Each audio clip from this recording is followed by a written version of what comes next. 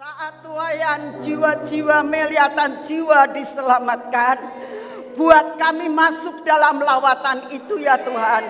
Buat kami ikut ambil bagian Tuhan, untuk menuntaskan apa yang menjadi amanat agung yang daripadamu. Untuk kami dapat menjadi saksimu sampai ke ujung bumi Tuhan.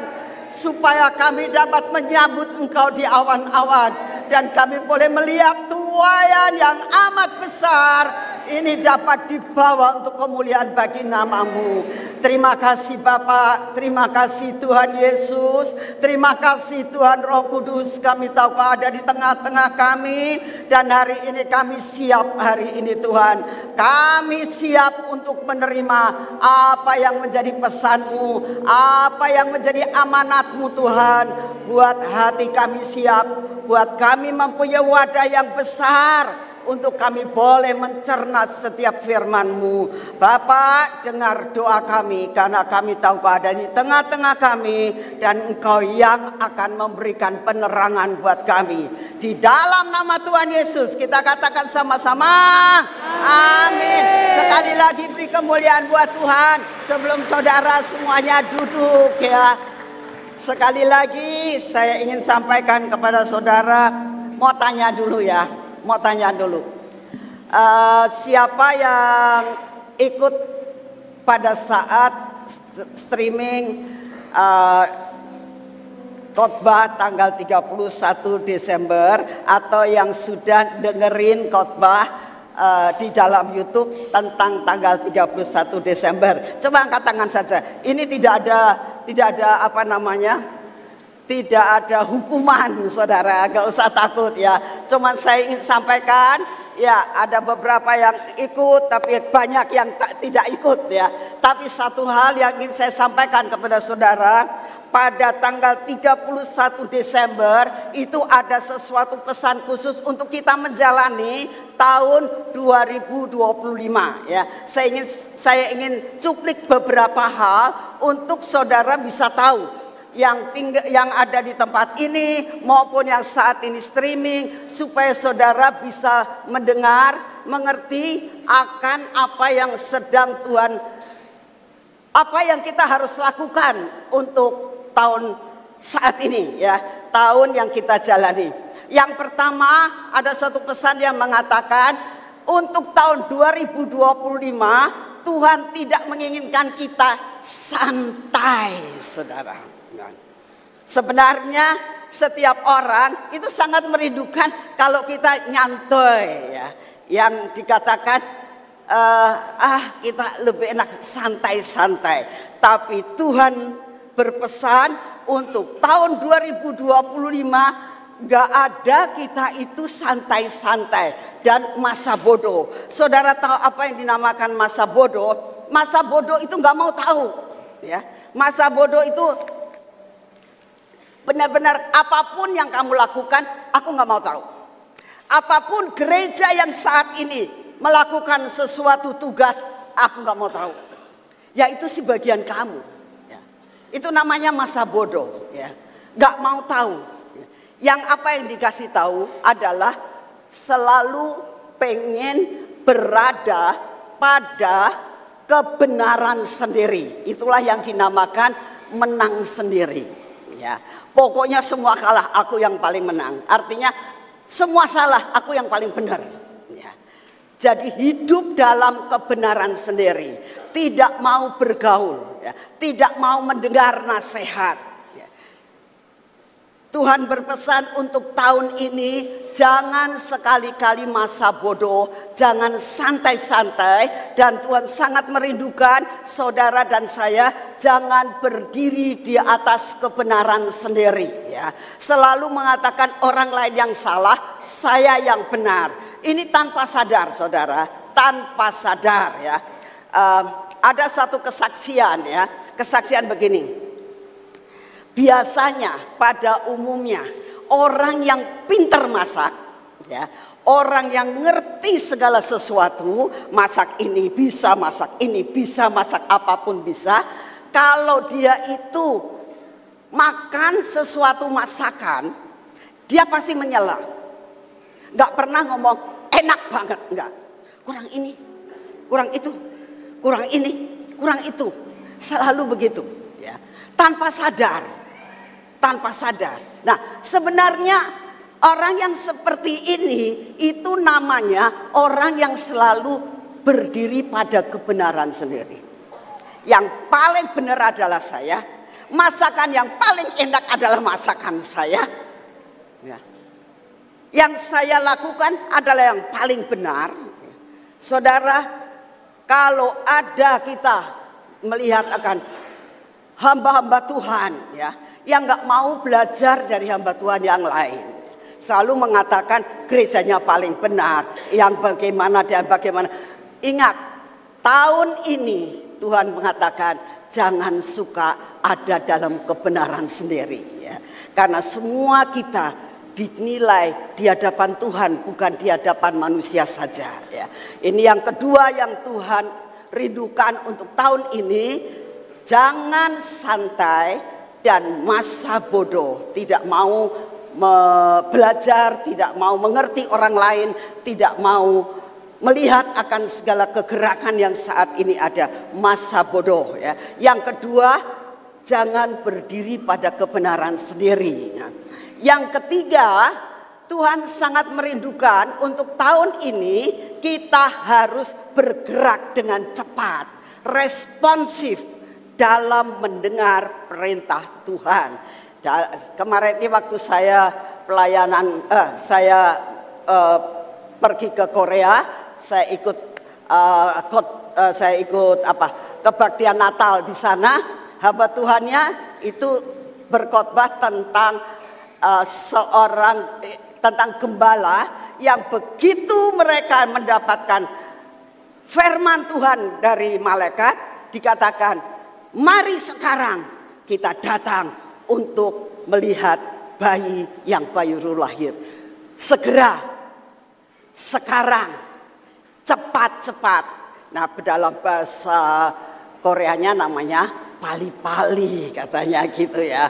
Pali-pali, yang orang yang kalau di sini ada orang Korea, kalau ada orang Korea yang saat ini ada, karena ada anak Indonesia yang banyak sekolah di Korea, itu mereka mengatakan pali-pali, ayo responi setiap apa yang Tuhan perintahkan.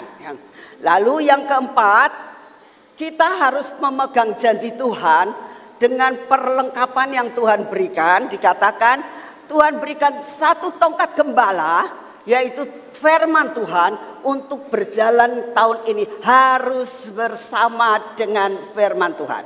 Nah, yang sebelah kanan ada tongkat otoritas, yang sebelah kiri ada tongkat otoritas, yaitu bersama dengan Tuhan kita berani melakukan segala perkara, ya. Dan yang terakhir Tuhan katakan, ada pesan Tuhan, peganglah perjanjian kekal. Tuhan menjanjikan suatu perjanjian kekal. Apa sih perjanjian kekal itu? Perjanjian kekal adalah perjanjian antara Allah dengan Abraham pada waktu itu. Pada saat Tuhan memberikan suatu perjanjian sunat, Tuhan katakan ini perjanjian kekal, perjanjian yang tidak dapat dibatalkan, karena engkau mau melepaskan dirimu dari segala perkara-perkara ikatan kedagingan. Nah, saudara yang Tuhan rindukan untuk kita mendapatkan suatu perjanjian kekal, Tuhan sangat merindukan lepaskan dirimu dari segala perkara-perkara yang Tuhan gak suka, yaitu perkara-perkara kedagingan. Nah, saya ulangi, kenapa ini saya ulangi? Disebabkan karena ini sangat penting. Kita menjalani tahun ini saat ini masih 11 bulan setengah, ya kan? Sekarang tahun 14 kan, baru pertengahan bulan, ya. Masih ada setengah bulan lagi untuk bulan ini, dan masih ada 11 bulan lagi yang kita hadapi. Jadi saya berdoa, biarlah ini menjadi suatu pegangan dalam hidup saudara dan saya. Lalu kami ini membuat pengakuan iman dalam selama 1 tahun. Kita sudah cetak, ya, pengakuan iman dicetak. Saudara nanti pulang dari tempat ini, saudara boleh ngambil yang sudah disediakan oleh Asyir ya. Saya berdoa satu keluarga satu saja, karena kalau pengakuan iman itu bisa kamu potret, terus kamu masukin ke HP dimanapun juga kamu berada bisa ya. Nah, kalau di rumah saudara bisa tempel ya. Jadi satu keluarga satu saja. Ini yang saya mau sampaikan kepada saudara. Nah sekarang mulai khotbah ini ya. Kita akan mulai khotbah ya sekarang ya. Nah hari ini temanya itu sangat menantang. Kenapa dikatakan sangat menantang? Karena dikatakan tahun sukacita, the years of joy. Ya. Joy itu bukan sekedar suka, ya. Bukan sekedar senang. Tapi yang namanya joy itu sukacita yang keluar dari dalam seperti sumber mata air yang ada di dalam diri saudara dan saya, keluar melalui muka saudara, sehingga saudara itu dimanapun saudara berada senyumnya seperti semangka katanya kali ya.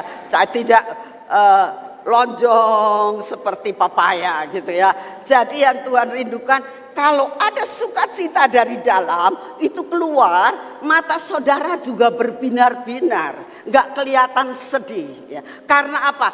Ada sukacita yang ada dalam sumber hatimu. Itu namanya joy. Nah, lalu dikatakan Tuhan juga menjanjikan suatu great harvest, suatu penuaian besar-besaran. Nah, saudara, saat saya mendapatkan tema ini ya dalam pergumulan saya juga bingung, saudara. Kenapa saya bingung? Saya katakan, Tuhan, ini rasanya apa yang Engkau berikan tema ini bertentangan dengan keadaan sekarang. Ya. Saudara, kalau begitu saudara ini dari mulai bulan Desember sampai dengan Januari ini, saudara itu bukannya mendidengung-dengungkan tentang joy and great harvest, tapi apa yang saudara dengar? Berita-berita, saudara. Ya. Setiap hari saya mendengar itu, ada WA yang masuk, apa ceritanya? Ada gempa di Jepang, ada longsor di Batam. Nah, saya tuh mau tanya orang Batam ini, banyak yang datang. Dengar gak sih katanya di Batam itu ada yang longsor gitu ya. Saya tidak tahu, tapi beritanya seperti itu ya. Banjir ya. Gunung ini meletus, gunung ini meletus, gunung ini meletus. Beritanya itu semuanya seperti itu.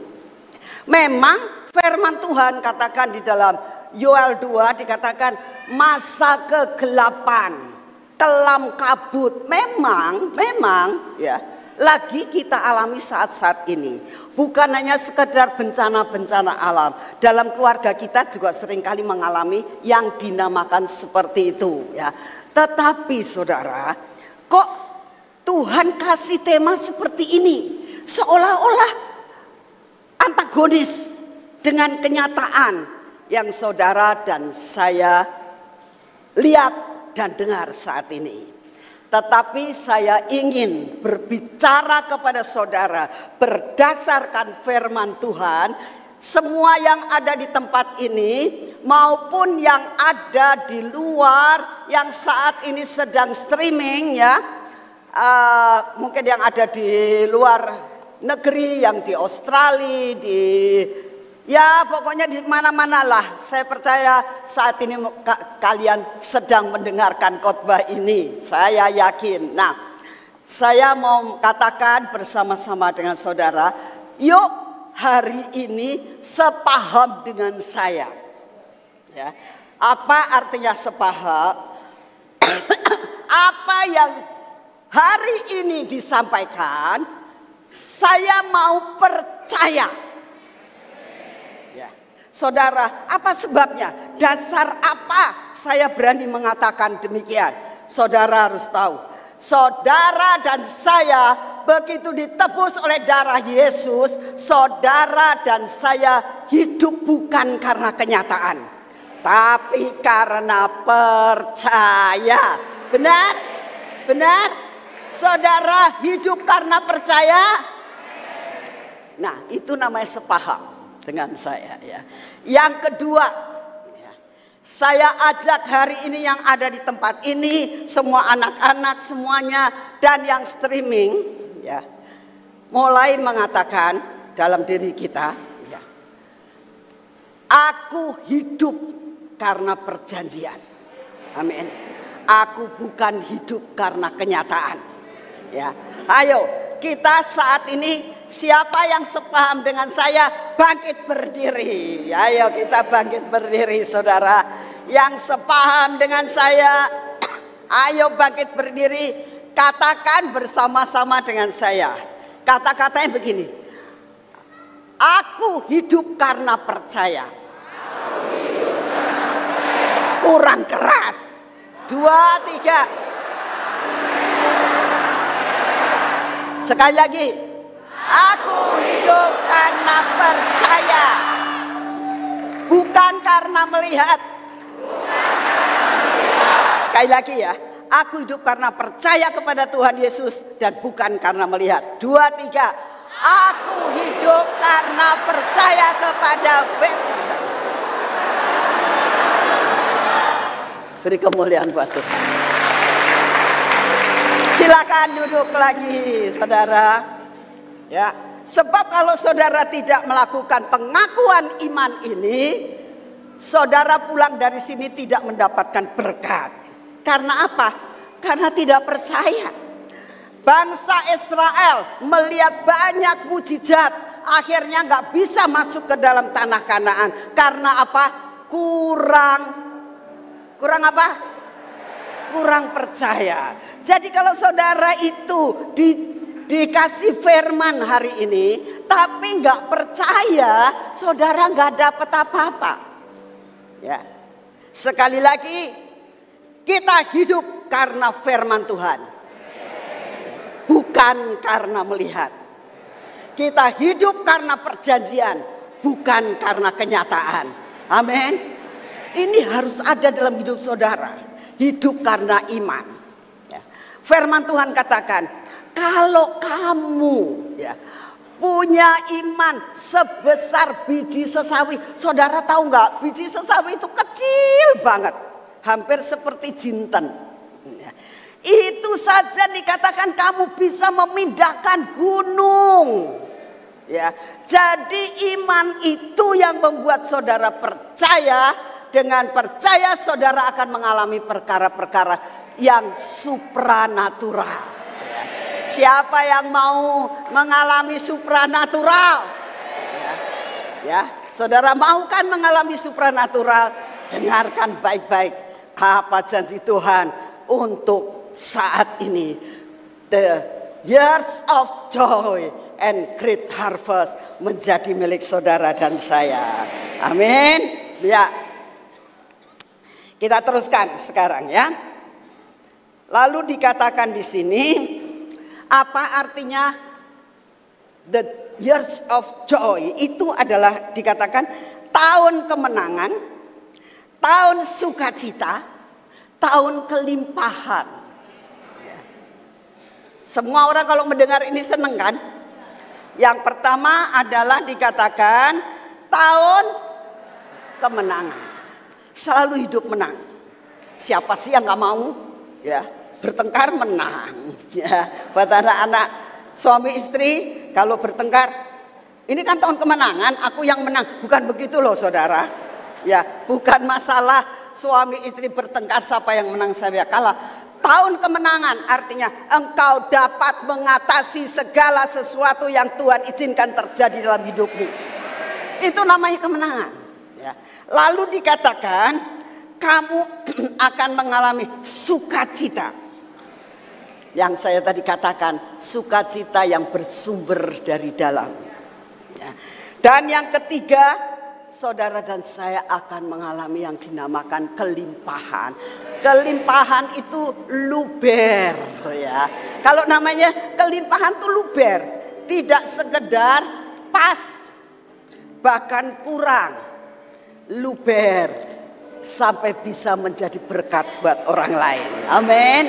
Nah, ini yang dinamakan ada sukacita yang luar biasa, joy ini. Ya. Nah, sekarang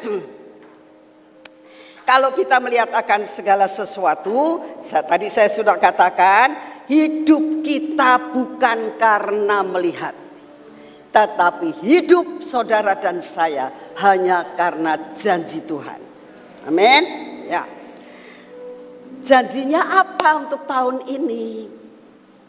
Mazmur 65 ayat 11 atau ayat yang ke-12. Saya minta kalian bangkit berdiri lagi, karena ini adalah janji Tuhan yang harus saudara percaya sekalipun belum melihat, ya, tapi percaya firman jadi daging. Amin. Saudara percaya firman jadi, ya. Yuk kita akan bersama-sama ya. Alamatnya dibaca dulu. Saudara kalau baca harus dengan percaya. Ini firman. Aku hidup karena firman, bukan karena kenyataan. Ya. 2, 3. Mazmur 65 ayat 11. Engkau memahkotai tahun dengan kebaikanmu, jadakmu mengenakan. Sekali lagi, Mazmur 65 ayat 11. Engkau memahkotai tahun dengan kebaikanmu, jejakmu mengeluarkan lemak. Amin. Silakan duduk. Ya, saudara, ini janjinya untuk tahun 2025 ya. Dikatakan Yesus Tuhan Bapa yang di surga memahkotai tahun dengan kebaikannya Tuhan. Nah, yang dinamakan tahun itu kan setahun. 2024 itu berarti setahun kan? 2025 berarti setahun bukan?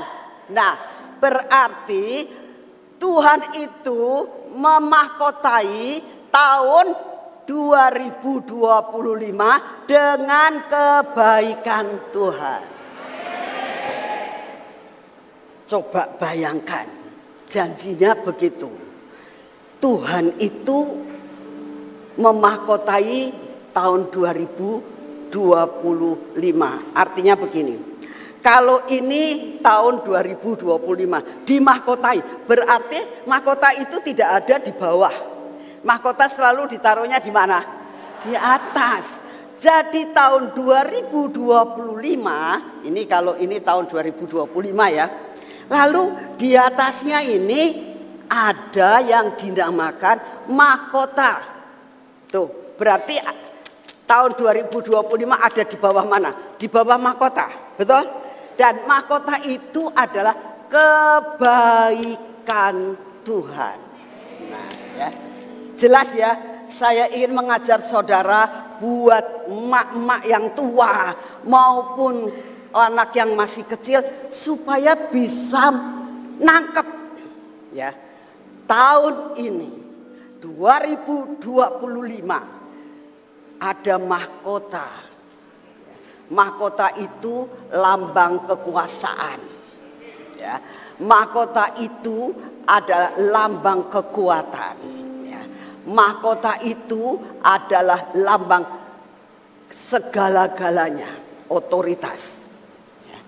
Jadi tahun 2025 otoritasnya ada di bawah kekuasaan Yesus Kristus Tuhan.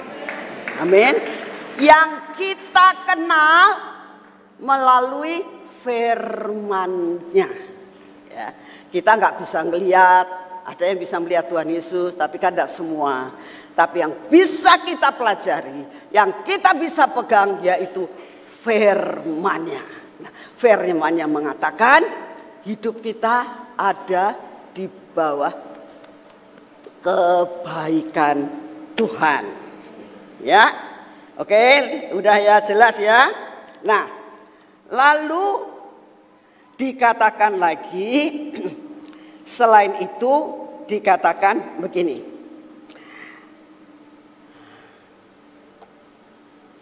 Jejakmu mengeluarkan lemak, betul?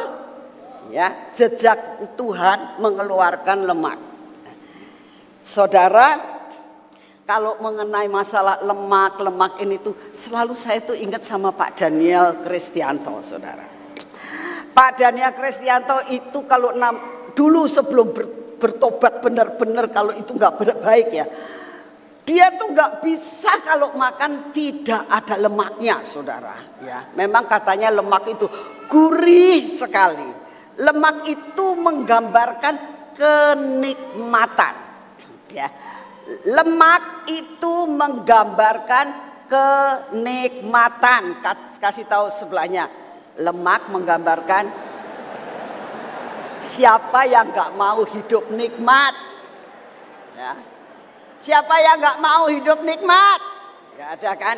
Siapa yang mau hidup dan menikmati? Nah, itu gambaran lemak. Lemak itu kenikmatan, kesukaan, sukacita yang luar biasa. Itu namanya lemak. Nah, saudara, lemak itu memang katanya gurih, enak, nikmat kalau makan lemak itu ya. Lalu dikatakan kakinya Tuhan ada lemaknya. Dikatakan gimana ini tadi? Jejaknya Tuhan di sini ini ada lemaknya. Jadi ditinggal, lemaknya ditinggal. Kalau saudara mengikuti jejaknya Tuhan, saudara berjalan dalam lemak enggak? Jejak Tuhan itu apa? Firman Tuhan. Kalau saudara mengikuti apa yang Tuhan perintahkan, jejak-jejaknya Tuhan, apa yang Tuhan lakukan di dalam dunia, apa yang Tuhan perintahkan, apa yang Tuhan kasih contoh buat hidup saudara, dan saudara mengikutinya, maka saudara hidup dalam kenikmatan. Ya, luar biasa kan sebenarnya? Ya. Jadi dikatakan ada joy, ya, ada kesukaan. Nah, lalu jadi kalau saudara dan saya percaya nih ya, tadi sudah katakan dengan mulut kita bahwa kita percaya, maka dikatakan begini. Tahun 2025 kita akan hidup dalam kebaikan Tuhan. Artinya gini, dalam masa-masa kesukaran, kan namanya Tuhan itu baik. Tolong, tak pasti ditolong. Saat kita lemah, Tuhan angkat. Saat kita sakit, Tuhan sembuhkan. Karena Tuhan itu baik. Ya, itu yang terjadi dalam hidup saudara. Dan kalau kita mengikuti jejak Tuhan, ya, jalan Tuhan itu akan kita nikmati. Ya, dan kita akan menikmati arti yang sesungguhnya. Amin. Nah, sekarang yang kedua tentang great harvest. Apa yang dinamakan penuaian perjanjian, penuaian besar-besaran. Ya, saudara, apa yang dituai? Ya, jangan mikir kalau tuaian tuh aku nanti bakal sugih. Ya, puji Tuhan, pasti Tuhan kasih. Aku pasti utang pelunas. Aku pasti lemariku banyak emas. Mungkin pikirannya begitu ya. Nggak salah. Tetapi ya kita akan bahas apa sih Tuhan yang kau maksudkan dengan great harvest ini, apa sebetulnya? Nah, ini saudara, yang dinamakan great harvest itu itu terlihat dalam Wahyu 10 ayat 11. Coba ditayangkan Wahyu 10 ayat 11. Saya tidak ada di situ tapi saya minta itu ditayangkan ya. Wahyu 10 ayat 11 ini sudah dikotbahkan pada Desember yang lalu atau mungkin November, saya lupa. Tapi Wahyu 10 ayat 11 dikatakan sesudah sangkakala ketujuh ditiup, ya. Saudara yang tidak mendengar akan khotbah ini, lihat di YouTube. Ya. Sangkakala ketujuh sudah ditiup. Nah, sesudah sangkakala ketujuh ditiup, itu bukan berarti terus terjadi pengangkatan. Belum, saudara. Masih ada yang dinamakan putaran kedua terakhir. Artinya kita akan pergi lagi menggenapkan amanat agung. Itu yang Tuhan mau. Ini putaran yang kedua terakhir. Kita harus pergi lagi. Karena firman Tuhan dalam Wahyu 10 ayat 11. Ini sesudah sangkakala ketujuh ditiup. Tuhan katakan begini. Maka ia berkata kepadaku. Tuhan bicara kepada Yohanes, murid yang paling dikasihi yang setia. Dikatakan gini, engkau harus bernubuat lagi. Apa artinya? Kita harus pergi ke bangsa-bangsa lagi. Kita harus memberitakan kabar kesukaan. Kepada siapa? Kepada banyak bangsa. Artinya kalau banyak bangsa itu tidak hanya bangsa Indonesia saja. Bangsa-bangsa yang ada di luar negeri. Ya. Jadi ini waktunya tahun 2025, 2026 kita pergi ke bangsa-bangsa karena ada tuaian besar terjadi. Ya. Apa yang kita lakukan? Doa, saudara. Saudara doa dan katakan, Tuhan, bangsa mana yang aku harus datangi? Yang harus aku doakan. Ya. Suatu saat pada saat saya ada di taman, dengan adanya yang kita dengar apa yang terjadi di Amerika ya. Saudara tahu Amerika itu sebenarnya adopsi daripada Sion. Ya. Negara yang dimana Tuhan itu bebankan untuk kita doakan. Ya. Nah saat saya sedang di taman, saya sedang berdoa, Tuhan ngomong, itu kan di sana itu sebetulnya Amerika itu kan merupakan suatu adopsi di sini. Ya. Oh ya Tuhan. Terus saya mulai doa dan doa. Ya. Ini bagian kita untuk kita menjadi pendoa.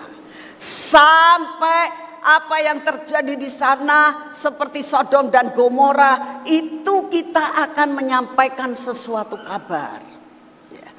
Nah. Ini maksudnya Tuhan merindukan saudara dan saya itu harus pergi bernubuat lagi kepada bangsa-bangsa. Lalu dikatakan bukan hanya kepada bangsa-bangsa saja, banyak bangsa, bukan bangsa-bangsa, banyak bangsa ya. Lalu yang kedua kepada kaum. Kaum itu orang yang dekat. Ya. Misal kaum itu seperti ras lah ya. Jadi rasa kita ini orang apa? Orang Indonesia ya. Berarti kita harus menjadi berkat lagi ke pulau-pulau di seluruh Indonesia. Tapi jangan sekali-kali ngomong begini. Wah, aku kalau disuruh ke bangsa-bangsa pengen ke Amerika, pengen ke Eropa, pengen ke Australia. Cari kehendak Tuhan maunya mana. Sekarang kalau seluruh Indonesia, saudara jangan mikir begini. Aku pengennya kalau ke Sulawesi ya ke Manado yang enak, nanti bisa jalan-jalan sekalian ya. Aku maunya ke Makassar, nanti saya bisa begini. Aku maunya ke Gorontalo, nanti bisa begini. Saudara jangan menentukan sendiri. Tanya Tuhan. Yang Tuhan rindukan sebenarnya adalah kamu harus menjadi berkat, bernubuat artinya menyampaikan pesan Tuhan kepada daerah-daerah yang tidak terjangkau di seluruh Indonesia. Ini putaran kedua terakhir. Ya. Lalu dikatakan selain daripada kaum dan juga kepada bahasa dan raja. Ya. Artinya orang yang berbeda omongannya, saudara, berbeda bahasanya. Kalau saudara pergi ke Batak, mungkin saudara akan diterjemahkan lagi dengan bahasa Batak. Saudara kalau ke tempat daerah di Sunda, saudara akan jadi berkat untuk orang yang suku Sunda gitu. Ya, artinya ke pelosok-pelosok. Dan dikatakan harus bernubuat juga kepada raja-raja. Apa artinya? Saudara akan dipakai untuk masuk ke dalam pemerintahan. Untuk apa? Menjadi saksi. Nah, ini putaran kedua terakhir ya. Saya berdoa saudara nangkap apa yang Tuhan mau, apa yang harus dilakukan pada tahun 2025 ini. Amin. Nah, sekarang diteruskan ya. Nah, sekarang kalau saudara mulai tanya, dapat firman begini ini hari di dalam Alkitab ada enggak sih? Contoh-contoh dalam Alkitab enggak? Di mana menghadapi segala sesuatu hatinya tetap penuh dengan joy dan terjadi lawatan besar-besaran. Ada enggak? Ada. Hari ini kita akan belajar apa yang dialami oleh seorang sesosok daripada anak Tuhan yang salah satu, bukan semuanya, salah satu dia yang bisa menginjakkan kakinya masuk ke dalam Great Harvest, di mana dia boleh menginjakkan kakinya dalam perjanjiannya, yaitu dia boleh masuk ke tanaan susu dan madu. Nah, saudara, sebelum itu saya ingin sampaikan bahwa dikatakan jejak Tuhan itu mengeluarkan lemak. Saudara, ini benar-benar terjadi dan kita alami. Ya. Beberapa waktu yang lalu, ya, bahwa Tuhan itu menyediakan perkara yang ajaib di taman, saudara. Ya. Salah satunya itu cawan-cawan yang ada di Mahligai itu keluar minyak. Minyaknya warnanya seperti lemak. Ya. Bukan putih-putih biasa. Putihnya seperti lemak. Waktu saya lihat ini kok kayak apa ya? Kayak ada tepungnya gitu. Tapi bukan tepung. Saya ambil, saya taruh di sini, benar-benar lemak, saudara. Benar-benar lemak. Ini keajaiban. Dan Tuhan mengatakan, nah ini yang dinamakan jejakku tuh mengeluarkan lemak. Lemak aku berikan, bagikan nanti. Nah nanti sesudah ini semua kita akan melakukan tindakan profetik. Di dalam goodie bag saudara itu sudah ada lemak-lemak di dalam botol-botol kecil ya. Kita bagikan semuanya. Kamu pulang sebelumnya kamu sudah nikmati. Aduh, Tuhan, secara profetik aku sudah menikmati lemak dari kakimu. Dan lambang kita masuk ke dalam tanah perjanjian. Amin. Nah, kita teruskan. Kita kembali kepada apa yang kita bicarakan tadi. Siapa itu yang bisa menginjakkan kaki? Satu di antara dua, ya, dua yang bisa masuk, tapi salah satunya yaitu Kaleb bin Yefuna. Ya, kita akan bicara tentang Kaleb. Kenapa? Rahasianya di mana Kaleb itu kok sampai bisa masuk ke tanah Kanaan? Dan pada saat saya menyelidiki, sebetulnya Kaleb itu bukan orang Yehuda. Bukan keturunan Yehuda. Bukan keturunan dari keturunan Yakub. Bukan, saudara. Tapi kenapa dia bisa masuk? Ya. saudara dan saya ini kalau dilihat dan dinilai nggak bisa masuk di dalam rencana Tuhan. Tetapi anugerah Tuhan yang luar biasa, saudara dan saya bisa menikmati. Itu anugerah yang luar biasa hanya karena Yesus Kristus Tuhan. Ya. Nah, kita akan lihat arti daripada Kaleb itu bahasa Ibraninya adalah anjing. Ya. Dan kita tahu anjing itu mempunyai suatu sifat kesetiaan atau ketaatan. Nah, salah satu daripada kenapa Kaleb sekalipun dia bukan orang keturunan Yehuda, tetapi dia bisa menginjakan kakinya di Kanaan karena salah satunya dia punya jiwa yang lain, dia punya kesetiaan yang sangat-sangat luar biasa. Itu saudara, salah satunya. Nah, sekarang kita akan lihat ya, siapa sih sebenarnya Kaleb itu? Dikatakan begini. Kaleb itu dikatakan bahwa dia bukan keturunan suku Yehuda asli. Dia dikatakan Kaleb bin Yefune, orang Kenas. Tidak dikatakan dia keturunan Yehuda. Kenapa? Pada waktu bangsa Israel mau mengintai tanah Kanaan, dia kepilih untuk mewakili suku Yehuda. Sedangkan dia bukan keturunan dari Yehuda yang sebenarnya. Ya, dikatakan bahwa Kaleb bin Yefune namanya, dia itu anaknya Yefune dan dia itu orang Kenas. Ya. Dan saya nyelidiki itu ada keturunan Esaunya. Ya, kita tahu Esau anaknya Ishak, Ishak anaknya Ishak anaknya Abraham. Jadi kalau diturun-turunkan ya memang masih keturunan daripada Abraham yang mendapatkan janji. Tapi yang sebenarnya yang sangat-sangat luar biasa itu kan dari Yakub. Tapi sekalipun dia dari Esau, ingat firman Tuhan. Pada waktu, ya saya ingatkan lagi. Pada waktu Ishak itu memberkati Esau. Ya, dikatakan, Bapak, apa cuma itu saja berkatmu? Aku minta diberkati. Masa hanya itu yang untuk adikku? Aku dapat apa? Dan dikatakan dalam Alkitab, Esau menangis meraung-raung. Saudara bayangkan kalau orang nangis sampai meraung-raung itu kayak apa? Sesek di dada. Ya.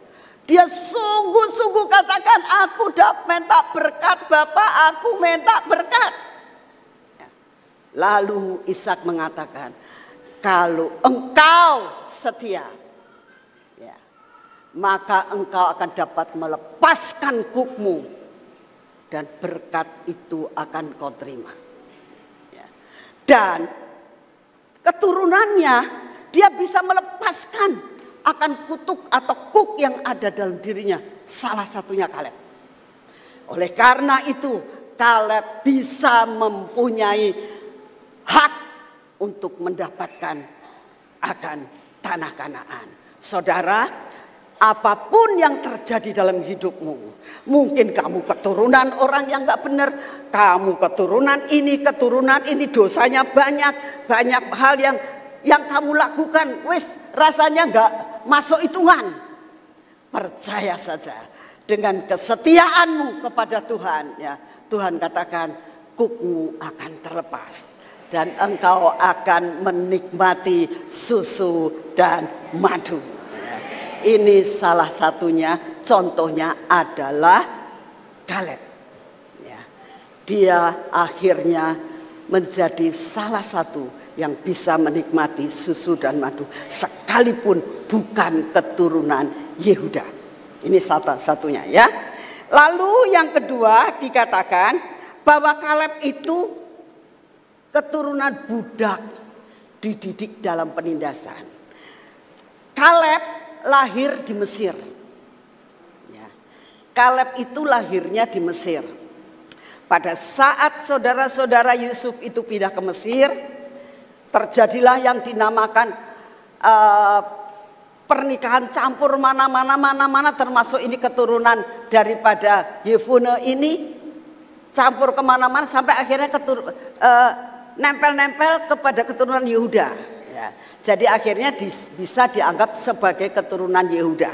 Nah, dia adalah dilahirkan di Mesir dan saat itu masuk dalam perbudakan. Ya. Karena perbudakannya itu beratus-ratus tahun. Ya. Dididik dalam penindasan.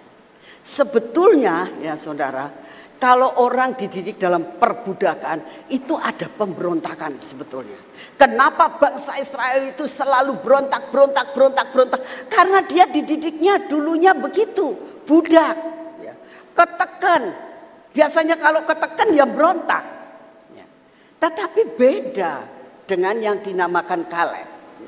Sekalipun dia itu keturunan budak, sekalipun dalam pendidikannya yang ditindas sedemikian rupa, dikatakan dia tetap menjadi orang yang berbeda.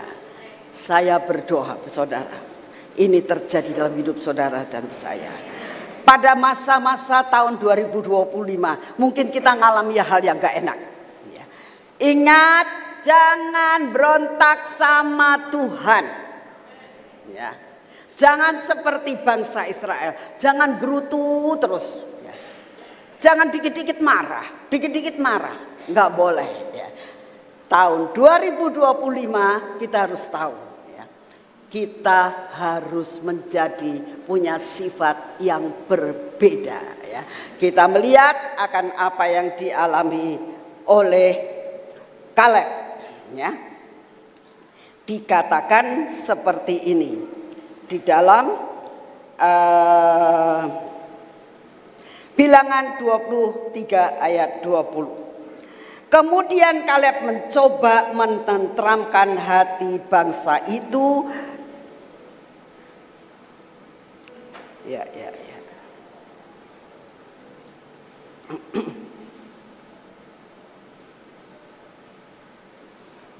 Bentar, ya. Kemudian Kaleb mencoba menenteramkan hati bangsa itu di hadapan Musa, katanya, tidak, kita akan maju dan menduduki negeri itu sebab kita pasti akan mengalahkannya. Jadi dia itu punya jalan pikiran yang berbeda dalam menghadapi masalah. Tahun 2025, kalau saudara menghadapi masalah apapun, saudara harus katakan begini, tidak, aku pasti menang. Kalau menghadapi sesuatu hal yang sangat menekan, katakan, tidak, ini cuma sementara. Sebentar, aku pasti menang. Amin. Ya, harus punya pemikiran, saya pasti menang. Ya, saya pasti bisa. Bersama dengan Tuhan semua masalah kita. Karena apa? Hidupku ada dalam kebaikan Tuhan. Amin.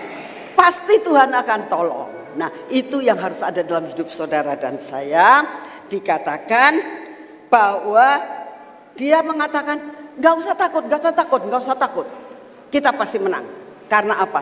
Aku hidup dalam perjanjian. Aku hidup bukan karena melihat, tapi aku percaya. Amin. Nah, yang ketiga kita lihat adalah dia itu setia. Ya. Firman Tuhan mengatakan, tetapi hambaku Kaleb, dalam Bilangan 14 ayat 24, karena lain jiwa yang ada padanya dan ia mengikuti aku dengan sepenuhnya, tidak separuh loh ya, mengikuti firman Tuhan dengan sepenuhnya, akan kubawa masuk ke dalam negeri yang telah dimasukinya itu, dan keturunannya akan memilikinya. Saudara, janjinya tuh luar biasa loh. Tuhan kalau janji itu ndak separuh-separuh. Ya. Bukan untuk kamu saja, sampai keturunanmu tuh loh nanti menikmati Ya itu kan berarti berkatnya melimpah. Ya, berapa banyak saudara orang yang menjadi kaya, sangat kaya, punya pabrik banyak luar biasa. Ya, sampai sering kali orang ngomong, wah dimakan sampai 7 turunan nggak akan habis. Ya, karena bukan hanya kaya, kuaya saudara ya. Sampai sering kali ngomong, wah itu kekayaannya sampai 7 turunan juga tidak akan habis. Tapi apa yang terjadi? Saat dia jaya-jayanya, keturunan yang pertama, ya, keturunan pertama berarti anaknya masih oke. Begitu sudah cucunya, sudah mulai merosot. Begitu pada cicitnya, habis saudara. Apa yang dinamakan keturunan sampai 7 turunan? Tapi janji Tuhan hari ini berbeda. Tuhan katakan, kalau engkau setia, aku akan memberikan yang namanya susu dan madu. Bukan kepadamu saja, sampai kepada keturunanmu. Katakan amin. Ayo kita percaya akan semua yang dijanjikan Tuhan. Sampai dengan sekarang Hebron tetap milik Yehuda, milik keturunan dari Kaleb. Sampai sekarang loh, yang namanya Hebron itu masih ada di dalam kekuasaan keturunan Kaleb. Hebat kan? Itu sudah berapa keturunan itu? Tuhan tidak pernah mengingkari janjinya. Amin. Ya, itu yang ketiga. Lalu kita akan melihat yang keempat. Kaleb adalah seorang yang menganggap suatu kesukaan dan anugerah. Kalau ngadepi masalah, dia gak mengeluh. Dia tidak pernah mengeluh di dalam menghadapi apapun. Tapi dia katakan ini anugerah dan merupakan kesukaan. Ya, kita baca dalam Yakobus 1 ayat yang kedua dikatakan begini. Saudara-saudaraku, anggaplah sebagai suatu kebahagiaan apabila kamu jatuh ke dalam berbagai-bagai pencobaan. Di dalam bahasa, di dalam terjemahan The Message itu lebih rada, ya lebih terarah lagi. Coba terjemahan The Message itu ya, satu lagi dikatakan begini.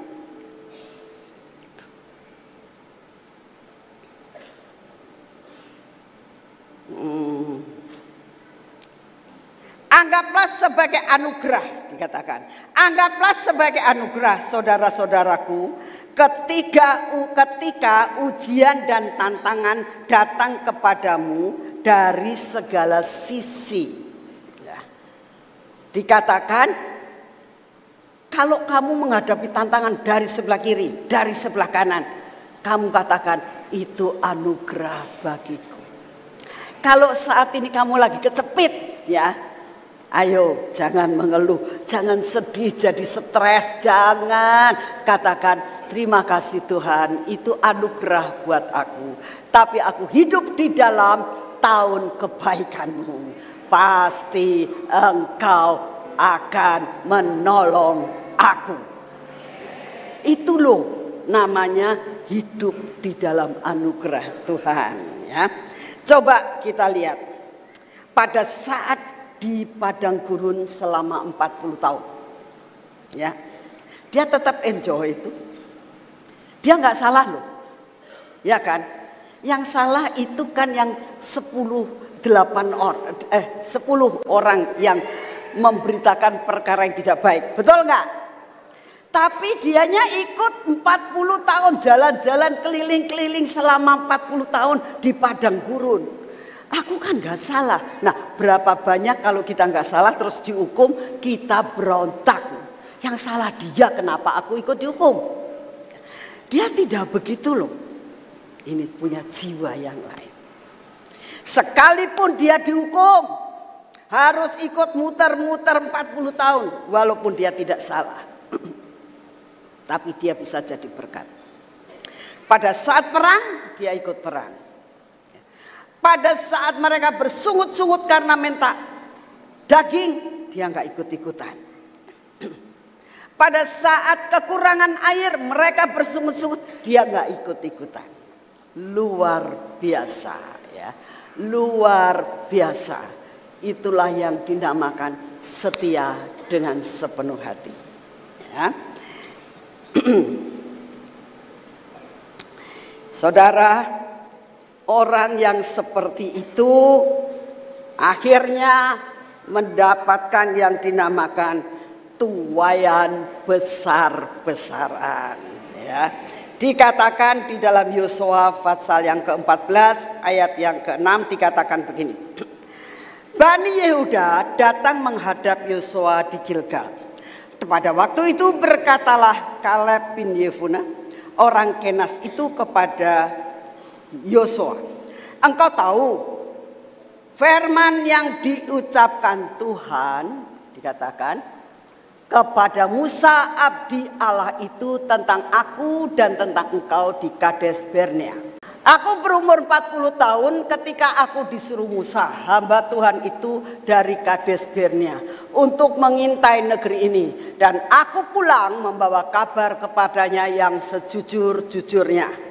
Sedang saudara-saudaraku yang bersama-sama pergi ke sana dengan aku membuat tawar hati bangsa itu. Dan aku tetap mengikut Tuhan Allahku dengan sepenuh hati. Pada waktu itu Musa bersumpah katanya, sesungguhnya tanah yang diinjak oleh kakimu itu akan menjadi milik pusakamu. Ingat, lihat ya. Pada waktu itu Musa bersumpah katanya, sesungguhnya tanah yang diinjak kakimu itu akan menjadi milikmu, milik pusakamu dan anak-anakmu sampai apa? Sampai apa? Kalau selama-lama itu bahasa Inggrisnya forever, gak ada habis-habisnya. Ya. Sebab engkau tetap mengikut Tuhan Allahmu dengan sepenuh hati. Sampai di situ dulu ya. Jadi dia nagih. Sebab apa saudara? Sebab pada saat dia masuk mengintai, dia menginjakan kakinya di Hebron. Oleh karena itu dia katakan, aku tetap minta janjiku. Engkau janji bahwa tanah yang aku injak menjadi milikku dan seluruh keturunanku. Selama-lamanya saudara. Ya. Hari ini ayo jadilah setia kepada Tuhan. Hidup karena percaya bukan karena melihat. Apapun yang terjadi di sekitar kita tahun 2025, ingat pegang janji Tuhan. Aku hidup karena percaya. Tahun ini aku hidup dalam kebaikan Tuhan. Amin. Iya. Ya. Apa yang terjadi? Dia akhirnya menikmati Hebron. Nah, saudara tahu, Hebron adalah tempat awal pertama janji Tuhan terhadap Abraham. Yuk kita lihat dalam Kejadian 14.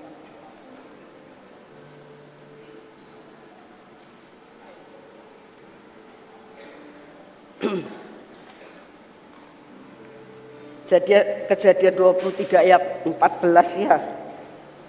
Dikatakan gini. Setelah Lot berpisah daripada Abraham, berfirmanlah Tuhan kepada Abraham, pandanglah sekelilingmu dan lihatlah, dari tempat engkau berdiri itu ke timur dan barat, utara dan selatan. Itu saat dia berdiri di atas Hebron. Suatu saat Abraham itu berpisah dari Lot. Sampailah dia di suatu padang, di tempat yang tinggi, itu Hebron. Dia waktu berdiri, Tuhan katakan, tanah yang kamu injak, kamu lihat ke depan, kamu lihat ke belakang, kamu lihat ke kanan, kamu lihat ke kiri. Seluruh tanah ini akan menjadi milikmu dan keturunanmu. Aku akan berikan kepadamu. Itu awal perjanjian Allah terhadap Abraham. Dan saudara tahu, memang Kaleb bukan keturunan Yakub, tapi dia keturunan Abraham. Betul? Dia berhak menerima itu. Yang lain tidak terima Hebron, tapi Kaleb menerima Hebron.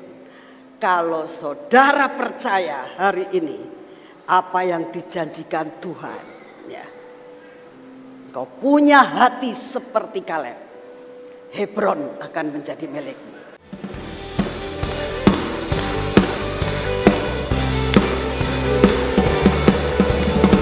Hidupku ditentukan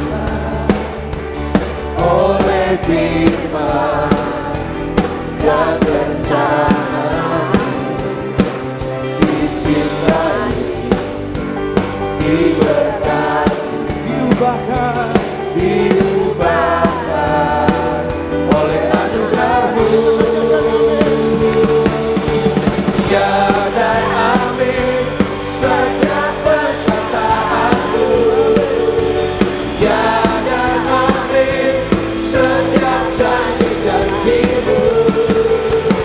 Imanku kuatkan firman-Mu, setia Kau bagiku, sempurna Kau Yesusku. Amin.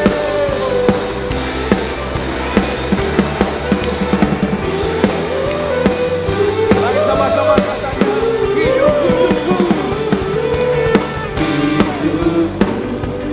digantung oleh firman dan rencana, dicintai, diberkati, dan diubahkan oleh anugerah-Mu. Sama-sama dengan iman. Ya dan amin setiap perkataanmu. Ya dan amin setiap janji-janji-Mu. Imanku kuatkan firman-Mu, setia Kau bagiku, sempurna Kau Yesus. Ya dan amin setiap perkataanmu. Ya dan amin setiap janji-janji-Mu. Imanku kuatkan firman-Mu, setia Kau bagiku, sempurna Kau Yesusku. Ya dan amin setiap perkataanmu. Ya dan amin setiap janji-janji-Mu. Imanku kuatkan firman-Mu, setia Kau bagiku, sempurna Kau Yesusku. Sempurna Kau Yesusku. Sempurna Kau Yesusku.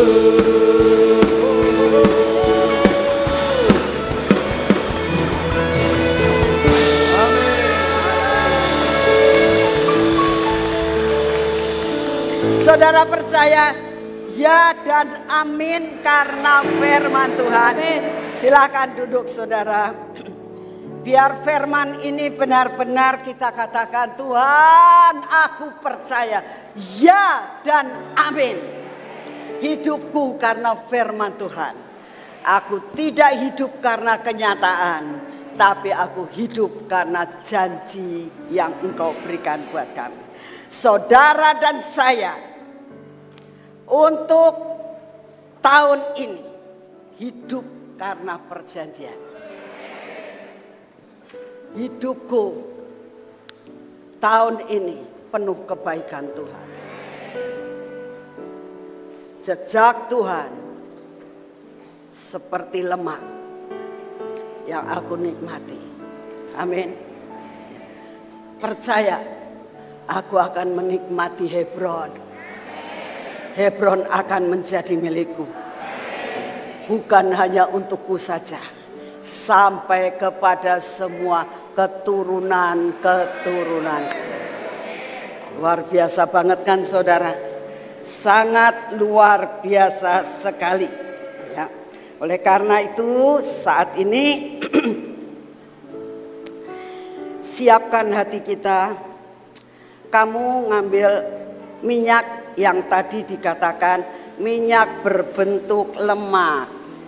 Coba saudara ambil.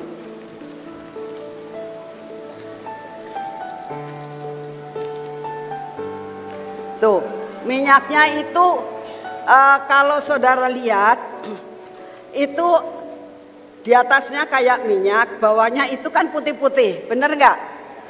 Ya, saudara bangkit berdiri. Saudara pegang ini dengan benar-benar dengan tangan dua. Dan katakan, Tuhan, aku mau berjalan dalam jejakmu. Ini minyak lemak. Minyak yang berasal dari surga. Aku percaya, bukan karena aku melihat saja, tapi aku percaya karena firman-Mu. Firman-Mu ya dan amin. Seperti kami sudah nyanyikan tadi. Oleh karena itu Tuhan, sekarang angkat minyak ini. Angkat tinggi-tinggi. Katakan bersama saya dengan suara yang keras dan iman. Tuhan Yesus, aku percaya, aku akan memiliki Hebron. Bukan hanya aku, tapi seluruh keturunan-keturunanku. Karena aku berjalan mengikuti langkah-Mu. Langkah-Mu yang penuh dengan lemak. Dan lemak ini Kau turunkan dari surga. Dalam nama Tuhan Yesus. Saudara yang Engkau olesi itu, tangan kanan, tangan kiri, telapak kaki kanan dan telapak kaki kiri. Itu yang harus diolesi. Sekarang olesi dulu tangan kanan. Di dalam nama Tuhan Yesus. Ya, olesi seperti yang saya lakukan ini. Olesi. Olesi terus sampai kelihatan. Sampai minyak ini kelihatan pada telapak tanganmu. Ya. Harus diolesi sampai telapak tanganmu. Ya. Sudah? Rasa telapak tanganmu ada minyaknya? Yang belum terus dipegang-pegang sampai telapak tanganmu. Ya. Ini adalah lemak dari surga. Oleskan pada telapak tanganmu sebelah kiri. Dalam nama Tuhan Yesus. Ini minyak lemak surgawi. Di dalam nama Tuhan Yesus. Maka aku akan berjalan, apa yang aku kerjakan penuh dengan lemak, penuh dengan kenikmatan. Dalam nama Tuhan Yesus. Saudara yang pakai kaos kakinya dibuka dulu ya. Taruh di telapak kaki kananmu. Ya.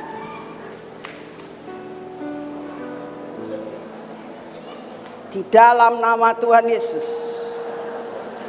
Biarlah kakiku berjalan dengan lemak Kristus Yesus. Masukkan di dalam sebelah kiri kakimu, telapaknya.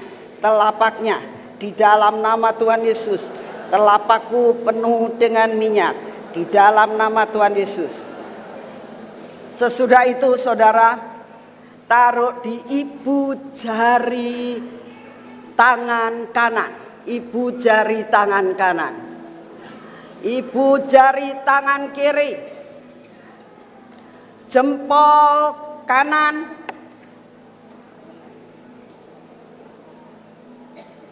Jempol kiri.